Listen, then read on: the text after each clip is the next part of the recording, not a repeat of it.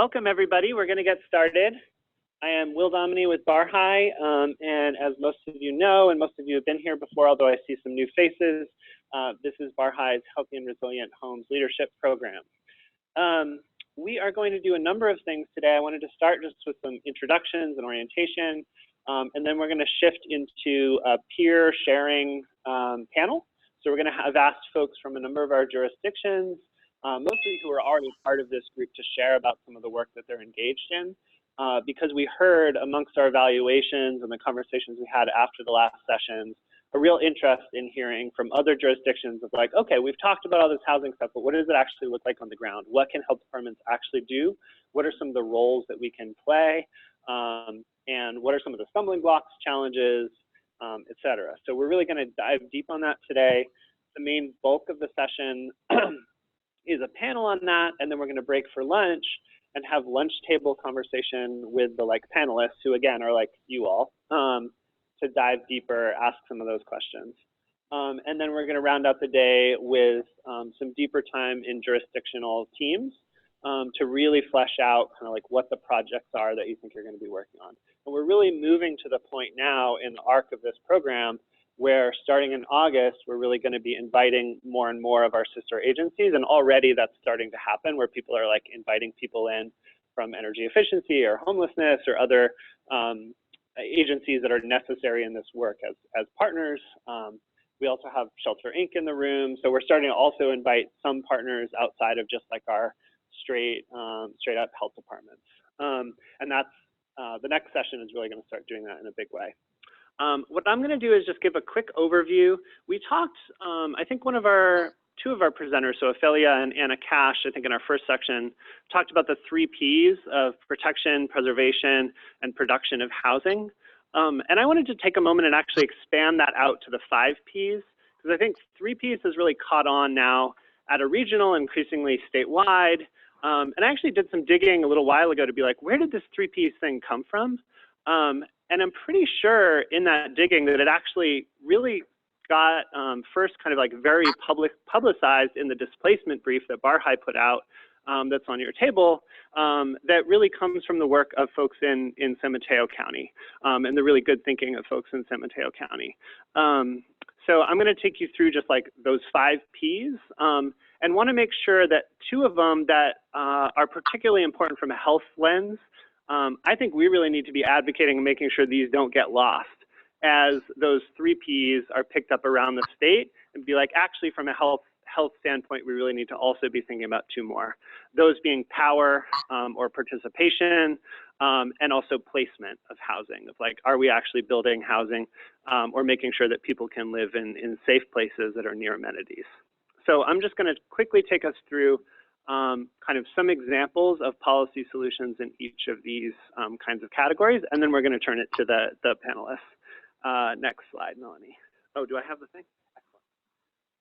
Okay, so protection. What's some examples of protection? Yeah, I mean, I think especially from a health department standpoint, that's really important, right? Is that we see some people are kicked out or have to leave as the rents rise, and then some people have to leave often as like water shut off or bed bugs are in their apartments or conditions become really untenable. And I'm using here a framework that, again, that Anna presented in our first session of like proactive and responsive strategies. So proactive being like, what can we do ahead of time to make sure that people are protected, both homeowners and renters are protected and can stay in their homes. And then responsive is more as like when people are actually facing housing instability, what are some of the options that we have? So for proactive, we have things like landlord anti-harassment protections, just cause for evictions protections, so you actually need a reason to evict someone, rent regulation of all kinds, so rent stabilization or anti-rent gouging, rental assistance programs to actually make sure, like give people extra money to pay their rents, helping renters become homeowners, homeownership counseling, mobile home rent stabilization, I think is often overlooked, but actually a lot of folks live in mobile homes in the Bay Area. And then more on a responsive side, we have things like benefits for when people are forced to leave their homes, relocation benefits, a tenant right to legal counsel, or no net loss or 1-for-1 replacement, which are policies that mean basically like when you build new housing, you have to make sure that if you're kicking people out, you're giving them a place to go, and ideally coming back to the place that to the new building that you're building. Is actually supporting a bill this year that would legally guarantee source of income, and what that largely means is Section 8 protection for Section 8 folks. I think a lot of our counties have real trouble actually finding housing for the people that get Section 8, and so that would help make sure that they could actually get housing. Preservation and improvement. So these are strategies that really help to guarantee that housing long-term is affordable. So BARHII, for instance, is very involved in working on community land trust strategies, for instance, where you actually make sure that land is permanently affordable, it's off the market, and in a place where people can, sometimes get equity over time, but also that the land stays under community or public ownership potentially. There's also acquisition and rehabilitation strategies of like, let's actually identify buildings that are potentially problem buildings or unsafe, unhealthy, and make sure that we're buying them up and then rehabilitating them to really like health protective standards. Proactive code enforcement, which I think Tram and Belen and maybe others might mention. Source of income discrimination, which we just talked about. And then there's a lot of responsive strategies as well for when people actually are faced with being kind of kicked out of their homes, or units that were affordable are becoming less affordable. I'm not going to go through them like all in detail. This is meant as sort of like a whirlwind overview that people can go back to later. Production, there's all kinds of tools, and this is where a lot of the conversation really tends to focus, and that's for good reason. It's really important, and is also, I think, most important when it's part of like a comprehensive 5P strategy. So things you might hear about in your jurisdiction are inclusionary zoning. Like when you're building new market rate units, you also have to build more affordable units. I won't go through all of them here, but there's a lot of different kinds of policies that our jurisdictions consider. Power, again, this one often gets left off. So this is things like actually supporting community organizing, actually making sure that community organizations and affordable housing organizations or affordable housing preservation organizations have what they need to be successful, and that people really have a say in the future of their neighborhoods. That could be participatory budgeting, that could be really good inclusive planning. We have, I think, in this leadership program really been highlighting, and we will more, the opportunities posed by SB 1000, where a lot of our jurisdictions will have to do environmental justice elements and could potentially do health elements, where we can potentially have an opportunity to make sure that people are really genuinely involved in shaping the future of their communities.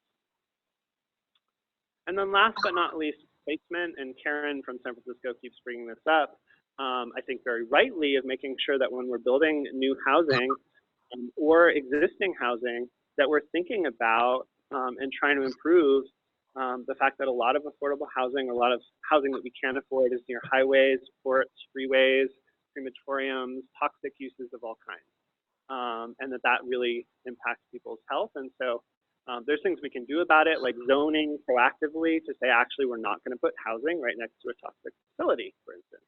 Or when we're going to build walls between them that actually can help filter out the particulate matter, or use vegetation to do that.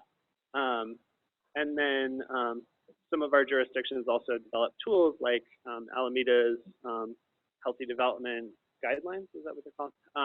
Where projects actually have to go through and be like, okay, are we meeting health standards about where we're building housing and how we're building. And this is also a place where those of you in the room or on the phone who are working on weatherization programs, I think, can really weigh in to help make sure the housing that we are building or the homes that currently exist are healthy, and that we're using new streams of revenue to really support health in those places. As I mentioned, this is kind of like a whirlwind strategy, so I wanted to also just leave you with some resources to dig into these more. So one, this is a blog from Anna, who is a presenter, and then Miriam at UC Berkeley's, what are they called? UDP, Urban Displacement Project. where they actually develop out that proactive and reactive strategy a lot more and really give you a lot of different policy tools. So that's one really helpful thing. ABAG, so the Association of Bay Area Governments, has a whole like policy tool thing where you can look by jurisdiction and see what strategies your jurisdiction already has in place. So this is a really good starting point. I know when I was like fresh in my career, I was like, hey, we should really consider inclusionary zoning. And people would be like, yeah, we actually have that. It's fine. So this is a really good start to be like, okay, what's the baseline in our jurisdiction, and then how can we build from there? And then another tool from our sister organization in Southern California is the California Healthy Places Index, and there's a policy guide that accompanies it. And you can really dig in, so it has data, and then attached to those data indicators are suggestions about things that you can actually do to improve, and there's a lot of policy tools built into that as well, particularly in companies. So from there, we're gonna pivot and move into our panel. And San Francisco, I want to invite you guys up. So this is Siobhan Nestor, right, from the health department, and Chanel Williams may be joining us on the phone. Are you there, Chanel? I am here, but I am nursing a cold, so I would not be great to present right now. Okay, well, thanks for joining us at all. And I just want to remind us, these are meant as kind of like little overview presentations. The bulk of the learning of today is really going to be in small group lunch conversations with these presenters. So presenters, please stick to your like 7 to 10 minutes. I will be like, have an alarm and be like, okay, we actually need to move on at the end of that. And also, we're really excited that you all could come and present the excellent work that you're doing. So with that, come on up. So I wanted to thank you for being here.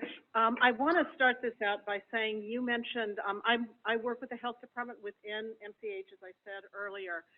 I just want to say, Will, you mentioned Karen Cohn, who I have to acknowledge. She is really the person who led this effort, who, I mean, it's really her heart and her courage and her soul that made all of this happen. She retired. We are very sad. She retired on June 30th, and we miss her greatly. And my my colleague who's on the phone, Chanel Williams, actually, I have to thank you for taking her place in really leading this coalition. So I am pinch hitting a little bit for Chanel. I thought that I would be. Oh, okay, sorry. I am pinch hitting a little bit for Chanel. I had thought that I would only be talking about sort of the genesis of our coalition. The name of the coalition is still sort of unofficial, but I will give it to you because I think it's pretty descriptive. It's the Pregnant Women and Families Housing Insecurity Coalition of San Francisco. So go to the next slide. Thank you. So this whole program began with a collaboration between Women, Infants, and Children Supplemental Nutrition Program, or WIC, in maternal and child health, and Karen's Children's Environmental Health Promotion Program that is part of our Population Health Division. That program started out as a lead abatement program, works with families and young children. And what they were seeing, both staff from both programs were really seeing terribly hazardous conditions for families that were, for the families we serve, who were very, very low income families. And so they decided that they would join forces to address some of those common household hazards, not just lead, which they were funded to do, which Children's Environmental Health was funded to do, but mold, lead, pests, lack of heat, etc. They started out a pilot where they enrolled 64 families. On the right, you'll see a survey that they use that we're now using with our public health nursing staff too. That's designed to help families identify any of the housing hazards that they're experiencing. And with the idea that then a health educator would go into the program, would educate families about what they could do around those hazards, and also educate them about their rights. The other thing that we found in this program is that most families did not know their rights when it came to housing conditions, and they were often afraid to speak up because they were afraid of eviction. So it was also not only helping families speak up about those conditions with their landlords, but also helping them understand their rights and provide them and work them through the system of protections that was available to them. Can you go to the next slide, please? So, so what this led to was that within maternal and child health, when we were doing our 2015 to 2020 scope of work, an assessment for our scope of work, one of the big issues that came up for staff and for stakeholders who participated in a series of assessment sessions was housing, and that was one of the biggest issues. And again, what these folks were doing was really completely echoing what that small pilot program had found that was then established as a regular program. And so we decided that we would include this in our overall scope of work. Looking at sort of a traditional public health approach, we tried to look at assessment, policy development, and assurance. We started with an assessment. Did we skip a slide? I think we may have skipped it, or no. Oh yeah.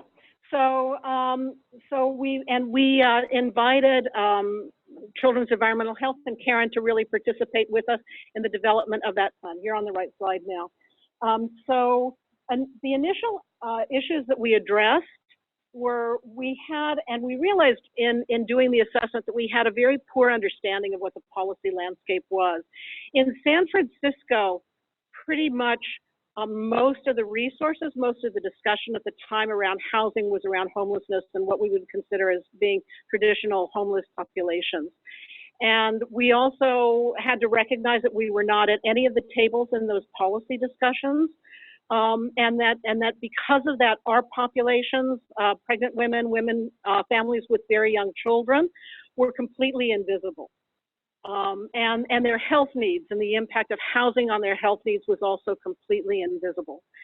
And so we decided that one of the things we needed to do was to really begin to understand that housing policy landscape better, and also begin to understand sort of even what was going on within our own section, not just the health department, but even within our own section better. So go to the next slide, please. So, you know, from assessment, we realized that what we needed to do is get a baseline of what we were doing in MCAH. We had to document, and we wanted to document housing insecurity in maternal, child, and adolescent health clients. That included beginning to switch that discussion from homelessness to housing insecurity.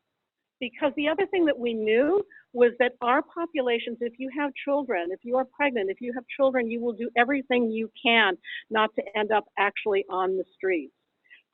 You know, including living in a basement with one extension cord for all of your power and taking baths, you know, sponge baths, and making your children take sponge baths, having no heating, that is preferable to being out on the street. So a lot of our families weren't showing up on the homeless count, even though for all intents and purposes, and certainly by federal definitions, they were homeless. And so that also led us to the second piece, which was to increase, we realized that to influence policy, we first had to increase the visibility of our populations and increase the understanding that people had of the impacts of housing insecurity on our populations. We did a photo voice project with Mission Economic Development Agency, and I want to talk a little bit more about that in a second. And also, we tried to establish connections with both the Department on Homelessness, the folks in the health department who were doing work around homelessness, and with the planning department. We were most successful at that point with working with the planning department. I should let you know that we, you know, as all of you know, we are the epicenter of this whole crisis. And one of the things that we found out in this process was that there was some hesitancy on the part of DPH leadership to actually actively engage in advocacy. And so one of the benefits for us in partnering with Mission Economic Development Agency was that they had, oh, I'm already at 2, sorry, I will speed through this, was that they had already begun to work on housing, and they could advocate, and they could use the Photo Voice Project for advocacy when we were not able to do that. And so that was a good partner. The other thing that was starting to happen at the same time was that the San Francisco Preterm Birth Initiative, through that initiative, there was a group of women who were from the community who were doing community-based participatory research around preterm birth. And they also decided that housing was the major, was one of the major problems that needed to be tackled. And so we also were able to join forces with them. And they were also much more effective at being able to advocate. And then have been working since then on looking at how we strengthen staff collaboration, how we can you go to the next slide, just very briefly. So this is where we are now. We have published a housing report making our populations more visible. We have incorporated screening questions into the maternal and child health database. We've also been working on incorporating them into our new EMR system, EPIC. We have we've been working more proactively with the planning department, and are beginning to work on strengthening staff capacity, continuing to work on strengthening staff capacity, not just to screen and provide resources within MCAH, but also within some of our community clinics. And I'll leave it there. Thank you.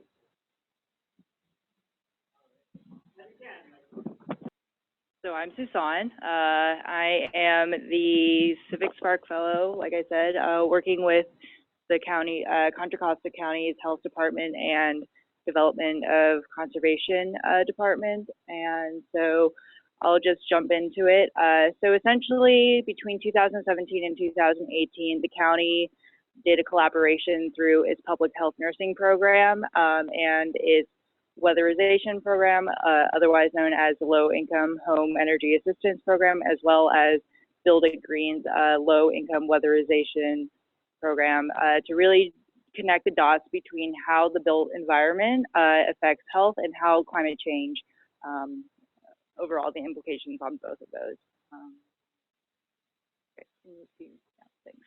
So like I said, the collaboration started between 2017 and 2018. It involved the 3 programs, PHNs, LIWIP, and LIHEAP. And so through this collaboration, they did train public health nurses to identify what conditions within the home would qualify as receiving weatherization and energy efficiency, how to connect their patients to the programs and help facilitate the process, just because the federal application was a lengthy one. And when we think about low income and medically vulnerable, a 20-page application is not on the forefront of their mind. So yeah, so like I said, they did the connections between built environment, climate change, and overall health. And so the purpose of this pilot project was to really connect, like I said, medically vulnerable to these programs, just because when we think of affordable housing, especially in urban areas, these conditions of these houses are very old. They're not made to last within or a long time, let alone protect residents from external factors such as high particulate matter, climate, heat waves. And so by going in and improving residents' housing conditions, we're meeting the 3 goals, which is improving health conditions, increasing their cost savings by offering energy and water saving devices, programmable thermostats, other measures that the program offers, and also address the concerns about climate change, such as overheating. A lot of medical patients that have temperature sensitive related conditions are, disproportionately affected by heat waves and climate change. And so just helping them to build their resilience and capacity to address all these issues. And in general, LIWIP and LIHEAP have many benefits such as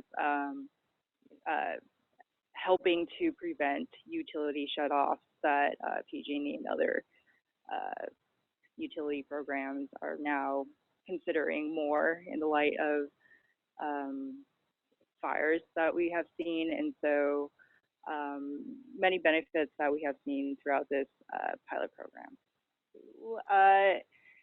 So between the later half of 2018, I was hired on to work on expanding this pilot program to include more health department programs, such as FMCH, AIDS, WIC, so on and so forth. And we also included more energy efficiency and weatherization programs, so PG&E's medical baseline, CARE, FARA, REACH and SHARE, those types of programs that not only address utility savings, but also to increase participation of residents throughout the county to be aware and engage in these programs.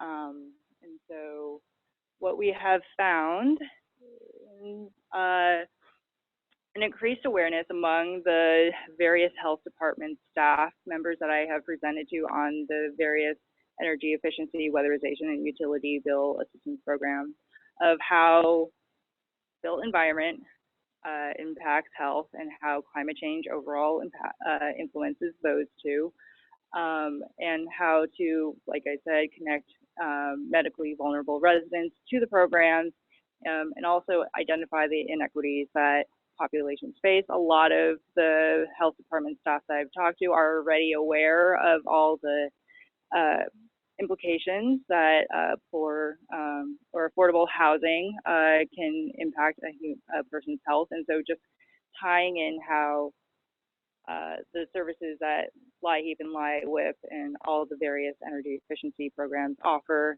can overall improve the housing conditions that they are aware of. So another thing that we began to do is do outreach to community-based organizations on energy efficiency and weatherization. Before, we were only targeting health department programs, but through word of mouth, community organizations such as Lifelong Medical and PCHS are involved. And so given how this project is still in the works, we hope to engage more members outside of the health department to be aware and fully active.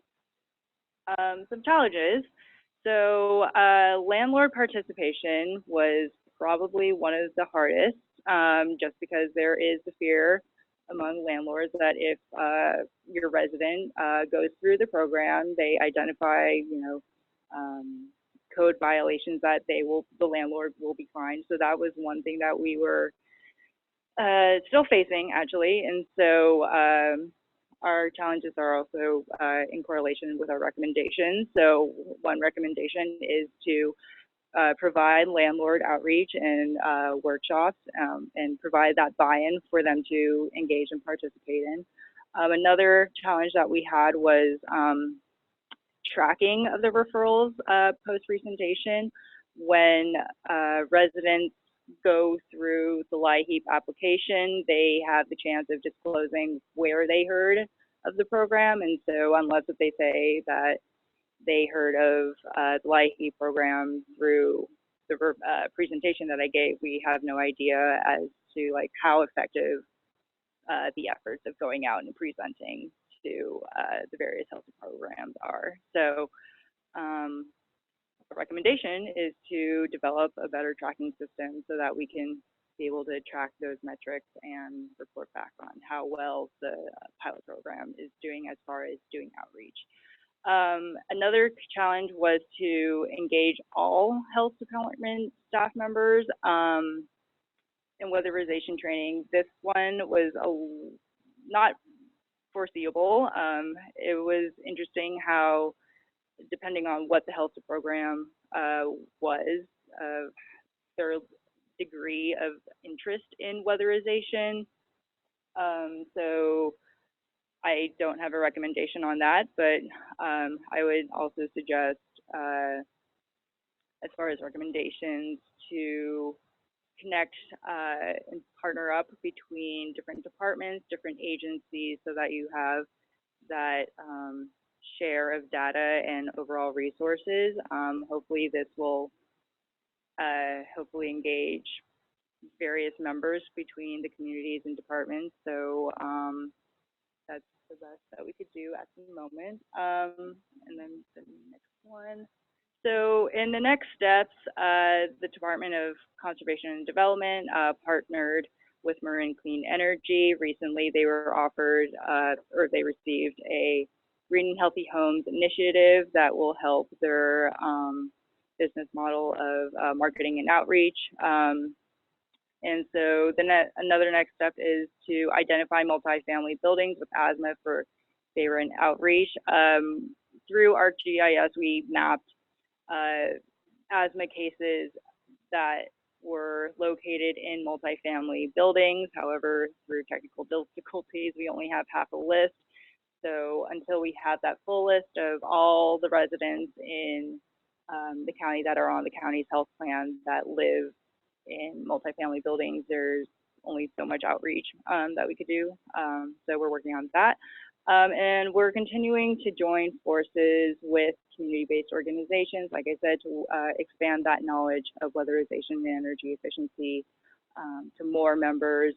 Recently, I did a presentation to Lifelong Medical, and I presented to public health promoters, so not exactly like public health nurses, but just community members that are engaged in the community of just overall promoting health. So it was very rewarding. And Michael Kent, who is my supervisor, next slide. This is his contact information. So my position is actually ending this week. So any questions, please feel free to contact him. But yeah, thank you. Hi, everyone. Oh, okay. So I will be sharing about Alameda County Public Health Department's housing equity work. And I'm going to keep my 7 to 10 minutes focused on our community partnerships, in particular around low-income renters and housing insecurity, the work with renter protection. But so there's more to say. Lost without my slides. I can kind of start a little bit just to save time, talking about kind of how we got started, which I think it's been about 10 years now. A lot of our housing work began through the Place Matters initiative at Alameda County Health Department, and Place Matters started, explicitly to focus on building power, creating systems changes with community-based organizations and community organizing. And so that's really like framed, I think, how we've approached this issue and our housing work, the course of the time. And here are my slides. Okay. So I'm going to share some highlights, successes and challenges, and then talk a lot about lessons learned, hopefully, in my time. So I talked about Place Matters, a little background, but we focus on these social determinant areas, and especially around policy and systems change. And what it takes to do that is really building power, right? So that's, I think, where I'm going to try to just spend some time discussing. I threw in this slide, though, I think we all kind of had a grounding in this at one of our first sessions. I did a presentation recently with Right to the City, one of our national partners.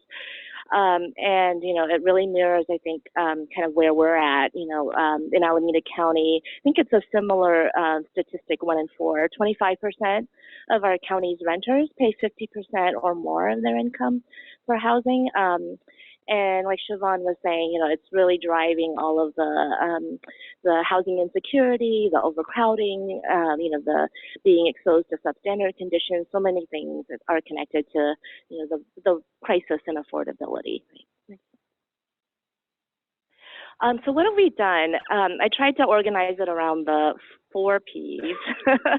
We don't have all the Ps, but we've done a lot of our work around protection. So in Oakland, we've focused on progressively doing, partnering more with tenant organizations to win tenant protection ordinance, improvements to the rent stabilization rules and just cause eviction.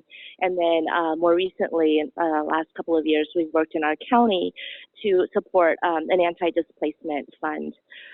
In preservation, a big chunk of our work has been around code enforcement. So a long journey towards proactive rental inspection, which just recently got a budget allocation. So hopefully we'll see that coming down the pike soon in Oakland. And also at the state level have been, supporting advancing mold legislation, which passed, and then now trying to implement it.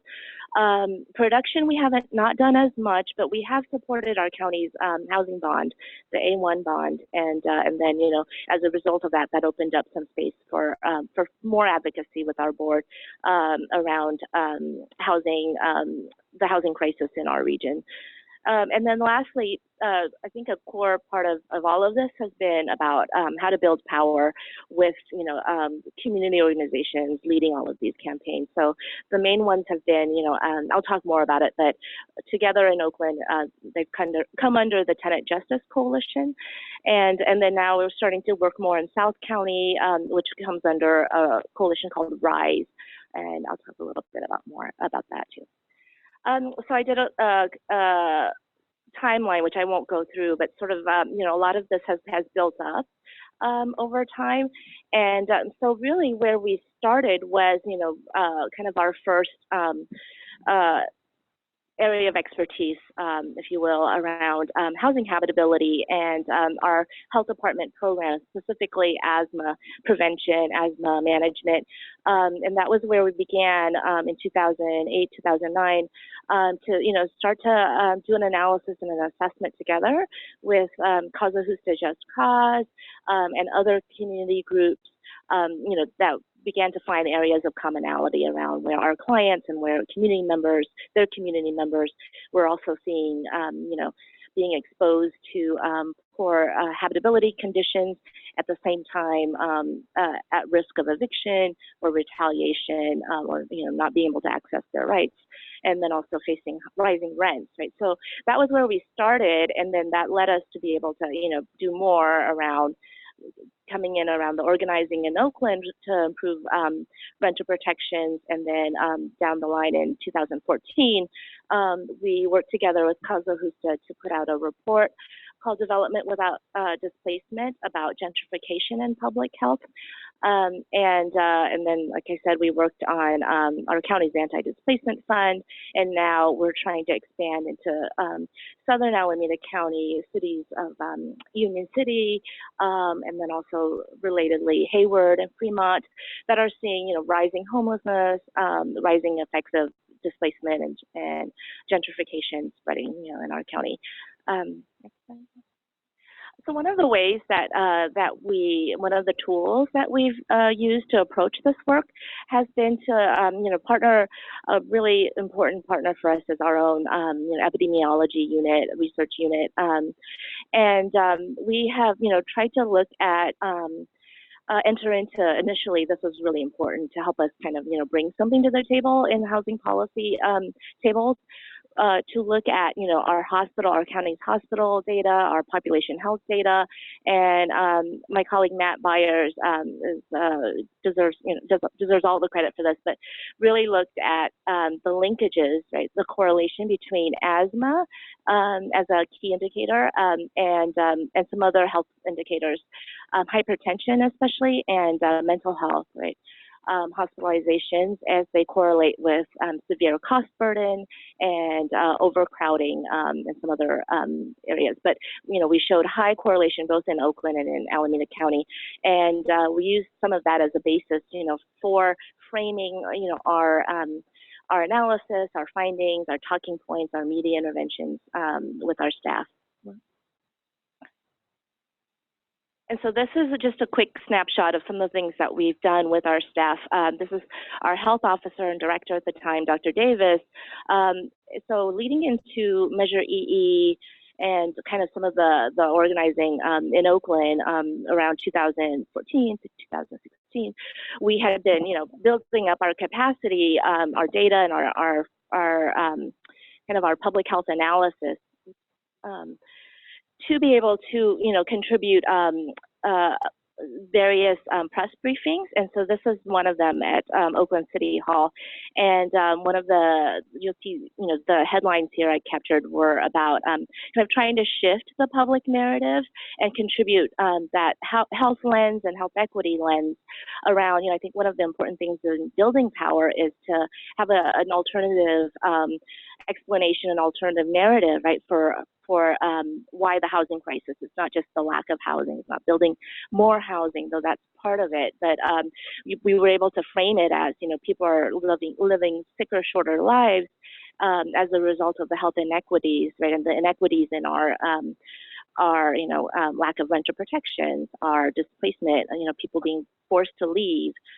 So that's one of the things that I think we've been able to accomplish.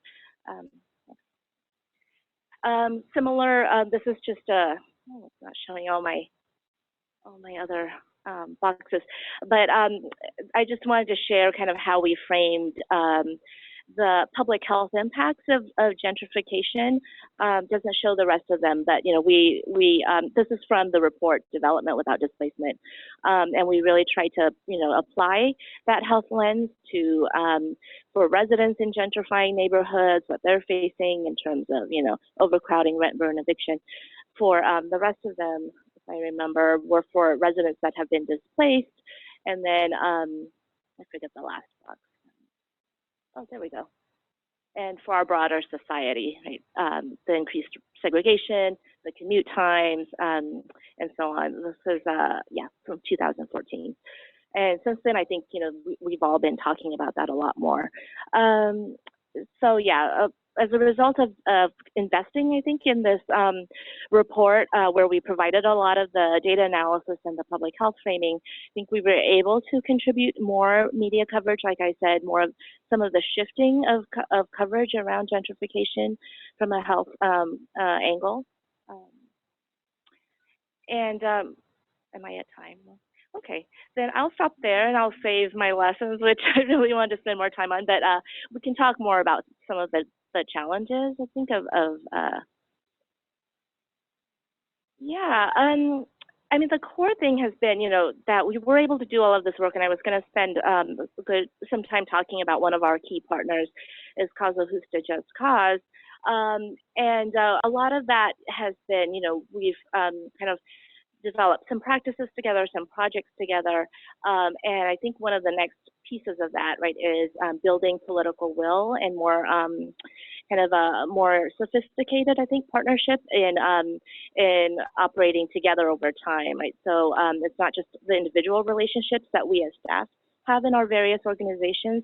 We're now tasked with, the challenge of figuring out kind of the structures and the formal relationships that really protect that partnership and operationalize community-based public health partnerships.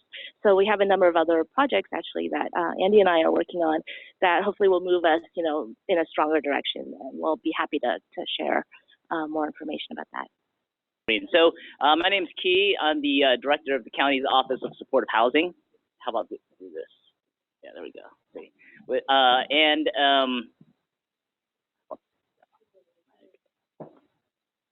Okay, so I'm the director of the Office of Supportive Housing. A couple things. One is I believe in the power of government to do good things. So I'm very sort of impatient when we're not doing good things, and I also appreciate all the government employees and also all of the partners who sort of work with our government agencies to address these problems. So why is the county sort of involved? The county is sort of involved in affordable housing, supportive housing. One, because it's the #1 need across all of our safety net departments. Number two is it impacts our safety net system. Homelessness does to the tune of about $520 million a year. And if you're working for the county, no one's really going to build the type of housing that your clients need unless you get involved. Then finally, of course, we can't do it alone. You can't do it without counties, but you can't do it just with counties either. So we got to build a strong coalition here. End of 2014, beginning of 2015, the county really said, hey, look, we need to play a bigger role in affordable and supportive housing. And you can kind of see what these roles are. So our emphasis, our focus is on extremely low income housing and supportive housing, right?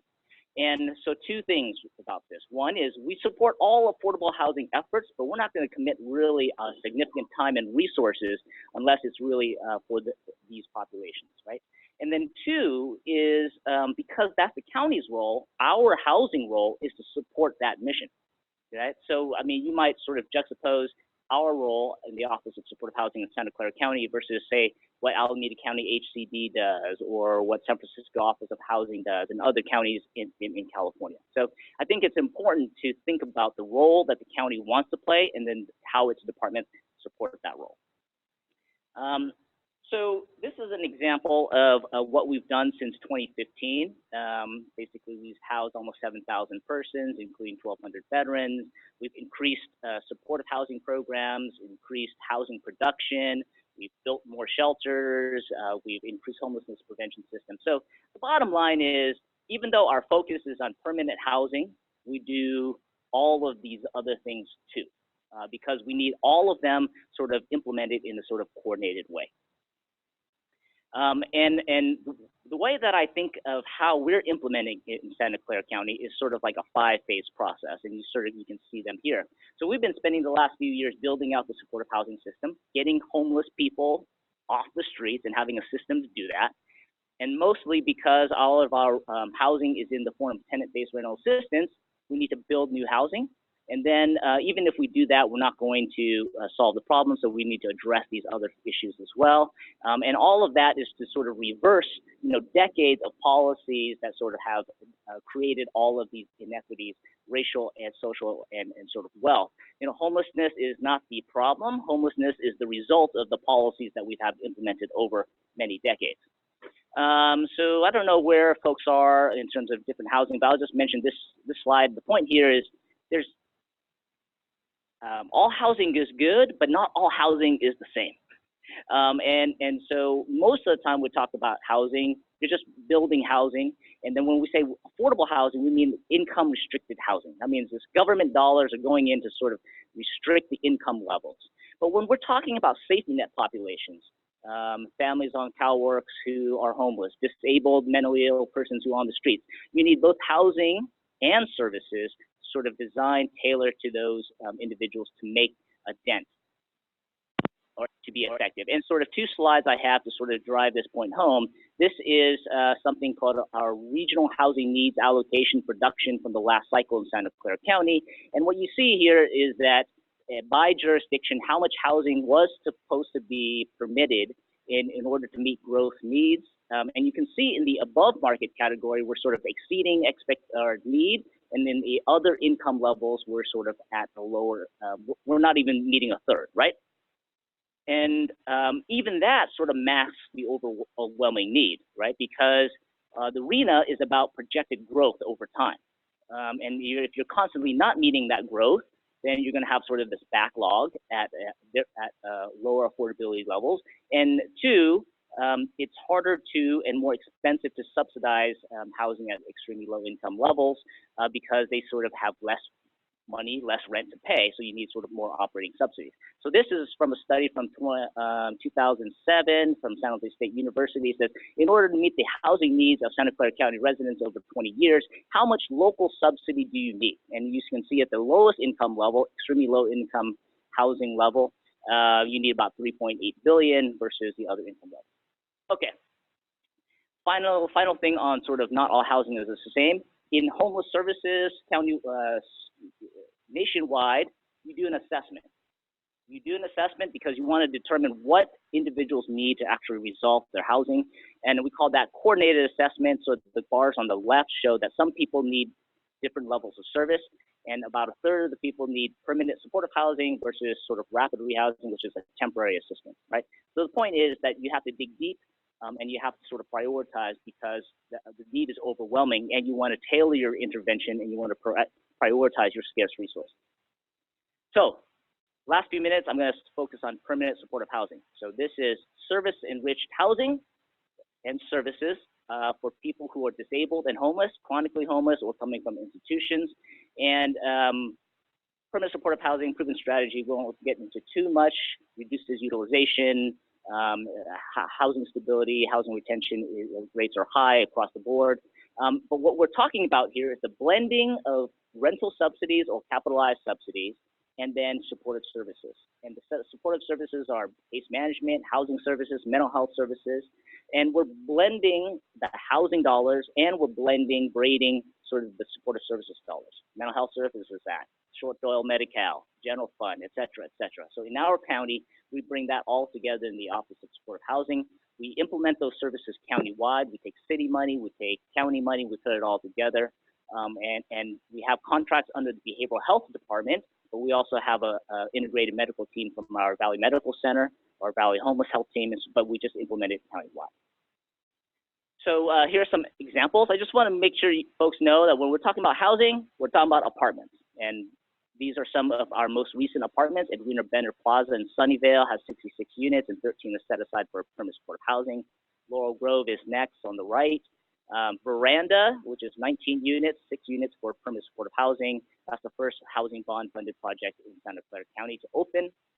And here are some other developments. The Second Street Studios just opened, 134 units of permanent supportive housing. Since 2015, half of the units have been prioritized, have been set aside as permanent supportive housing, and that's because of our focus. And this is our housing bond. We have a $950 million housing bond. 84% of it for extremely low income housing and supportive housing. We can talk about that later. Okay, these two slides I'll spend a little bit of time.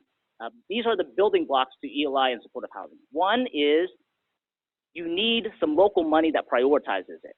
Why? Because one, all affordable housing, supportive housing needs some local funding. Usually about 1/3 of the resource, the funding comes from local sources, city and counties. And if you're not prioritizing, then you're going to build affordable housing like you've done in the past. Two, because you were talking about people with disabling conditions, they're earning $900 a month. They can't afford even the lowest rent that the tax credit program can provide. So you need an operating subsidy to provide it so they're not paying 95% of their income towards rent.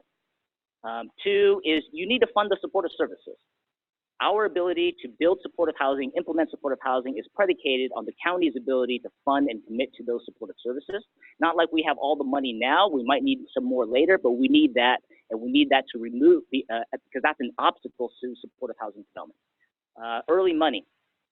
You need early money, you need private partners to sort of help developers acquire land specifically for the development of supportive housing.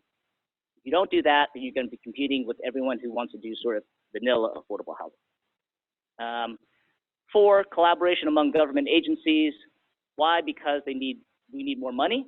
And two, because counties don't really have that much land use authority. It's all mostly in the unincorporated areas, and we need the cities to partner with us to either create the rules or create the paths for more housing, more supportive housing development.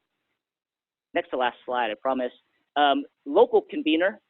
So government is great, but I'm not going to walk over to the San Jose mayor and just to shoot the breeze and to tell them all my ideas. We don't do that. So you need some other agencies to sort of to work and partner with you to sort of say things that you can't say and hold you accountable for things that you are not doing. And then mission aligned developers. It's not just one entity. When you're talking about supportive housing, you're thinking about the guys who build it, but then you have to live with it for 55 years.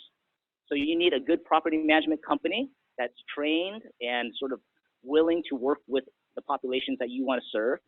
You need to have the resident services component, which are funded by the developer. That's my bell, so it's maybe 30 more seconds. And then you need the supportive services providers. And the bullet about the asset management is critical because sometimes cities fund these as well.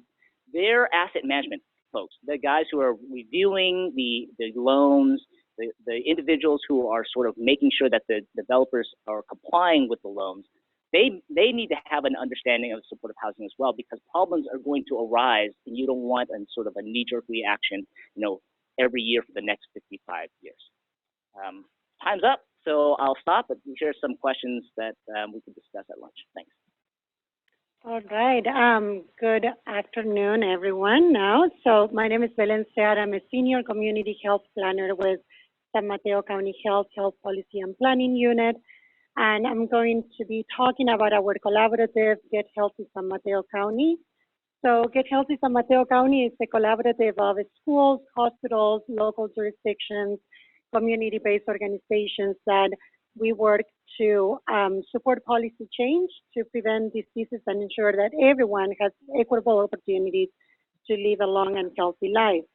So just to give you, I'm going to be focusing on healthy housing portfolio that I lead within our team.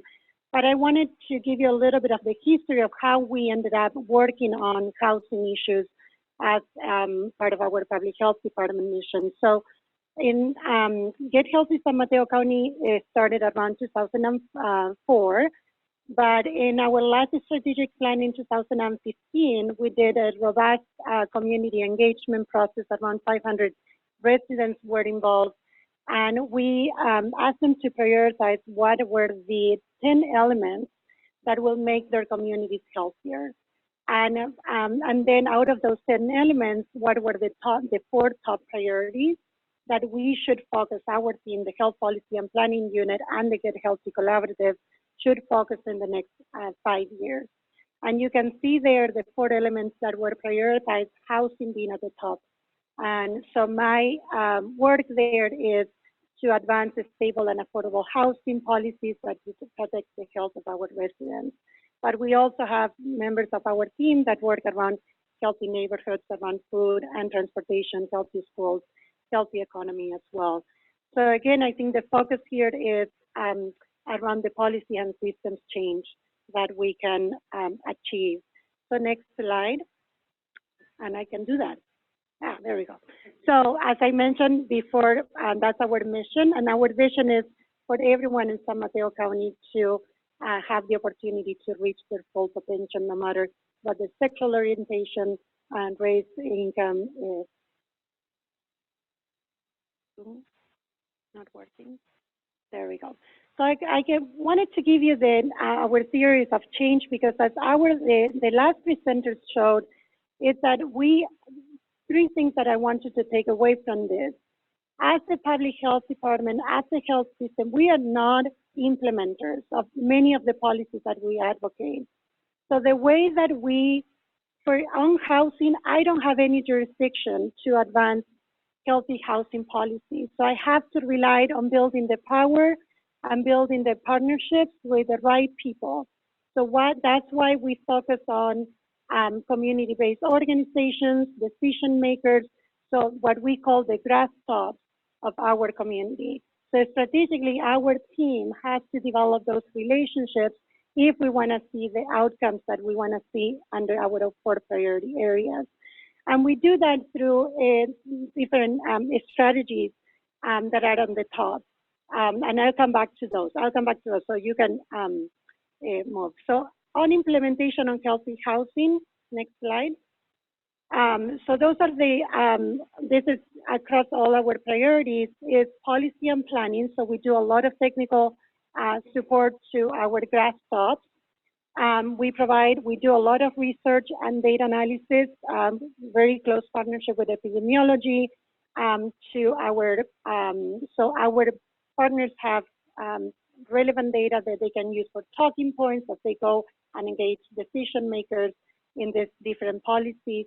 We have different venues for information sharing, I'll show you some, but also we have a funding stream that we release every year to fund community partners or local jurisdictions that align with our priority areas. So they do we have a request for proposal, and we do this funding every year, and this is how we advance many of the priority areas, priority policies that we identify. So again, our work could not be done without the partnerships and with the strong equity on focus on health equity. Next slide. So how we shared information, we created a venue of a wide range of options for people to access through newsletters, social media, video series, presentations, very updated website and different publications, and we contribute to regional efforts. So we partnered with BARHII, for example, on providing research for the different briefs that we identified as priority to change the policy landscape. Next slide. We also created a data portal for our local CBOs and decision makers to access. This was one of the key needs of our community, is that a quick way to access local data around the different indicators that they wanted to be prioritized. So we have a specific series of indicators for each of our priority areas, including healthy housing. And they can easily download maps and reports from there so they can use it for their advocacy efforts. Specifically around housing, we've been focusing on work around habitability, anti-displacement, and the intersection with sustainability. And I have my partners from the Office of Sustainability here. We've been exploring a lot of that on how we can advance healthy housing and green homes in San Mateo County. We also are involved with our one of our community partners. We're building Together Peninsula around this idea of garage conversions, to streamline garage conversions in San Mateo County. In particular in East Palo Alto right now, we have a pilot project. And the idea is that a lot of our low-income families are living in these garages. San Mateo County having most of our residential buildings in single-family homes. Garages are becoming, one of the affordable ways to house our communities. And due to a peak of evictions that we saw in East Palo Alto in 2006, we partnered with a grassroots organization there and Faith in Action and Rebuilding Together Peninsula to see how we can streamline these conversions to be up to code while minimizing the displacement of the tenants in that place because they were getting evicted and not rehoused properly. And then we support our county Home for All initiative that is trying to reduce the job housing imbalance in our county. Next slide. I think part of and Trump, she emphasized the idea of power. We could not be doing this unless we build the power of the communities that don't have a voice in the policy discussions. So we do a lot of work around engaging impacted communities in decisions. So we fund a lot of the organizing groups to engage communities that are impacted. So and housing is one of the major priorities for many of these organizing groups. We also put together a Voting Matters initiative to engage the clients of the San Mateo County Health System to learn more about how to vote in our, we have a new voting system, the Voter Choice Act, San Mateo County. And then we do a lot of support of leadership development and engagement through our funding sources. So we have, for example, we partnered with CALA that does training for local leaders to access boards and commissions, and they have a health equity lens as well as a sustainability lens. So we provide some funding for those type of programs. We also have Planning for Health, a toolkit for development for our local jurisdictions to quickly access when they are updating a specific area plans or general plans. And we do a lot of support around training for our practitioners within the system, but also local jurisdictions. And we also advertise open positions in key boards and commissions, so planning commissions and sustainability commissions. So our communities, our grassroots can spread the word, and we can start building a pipeline of new leaders in representing the voices of those underrepresented in our boards and commissions. Next slide. So as I think housing challenges in San Mateo County, you might know that we have a extremely high rent. 52% of our rented households countywide have an affordable housing. And then we are with Marin County, one of the counties that import most workers, at 63% of workers commute in from other counties. Next slide. And I'll close with the lessons learned. Can you, the last one? There. So I think this is a good time. We are at the end of our strategic plan, and these are the kind of lessons learned that we will love to share with you. Stay nimble, landscape changes, and as an agency that does not do implementation, we need to adjust to the changing landscape. Partnerships are a goal. We couldn't be doing this without the partnership, and funding the partners are key to institutionalize some of those partnerships. Patience and persistence for those working in policy, it takes time. Data is powerful. Our data portal gets a lot of use, and asking the advocates what information they need, so our publications align with the advocacy needs of our community. Health brings people together. We are a strong convener, and then centering impacted communities in the discussions, and making sure that racial inequities are not ignored in our discussions. So disaggregating data as much as possible, so we can see what interventions can really change the landscape and the outcomes in San Mateo County. And with that, next slide. That's it. Thank you. So we are now going to break for lunch. Before we do, and over lunch, as I've said already, we're going to have time with our panelists. So I want to suggest that you guys all find like a different table, and then people can come and join them. And you're welcome to float around, ask your questions, and then go find out more about a different thing, or sit with the same person. Karen and I also were just talking. We didn't have a presentation about placement because there isn't as much kind of like dedicated work on it as there should be.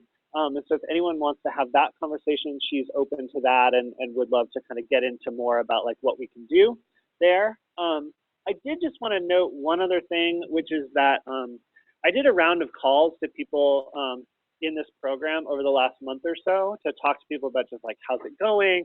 What could be improved?